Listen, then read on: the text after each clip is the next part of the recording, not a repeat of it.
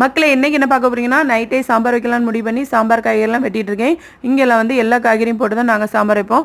அப்புறமா ஃபஸ்ட்டு குக்கரில் வந்து சிறு பருப்பு தான் எடுத்துக்கிட்டேன். மற்ற பருப்பெல்லாம் போட்டால் ஒரே வாயு பிரச்சனையாயிரும். இல்லைனாலே இங்கே டாம் டீம் டமான்னு சவுண்டாக இருக்குது.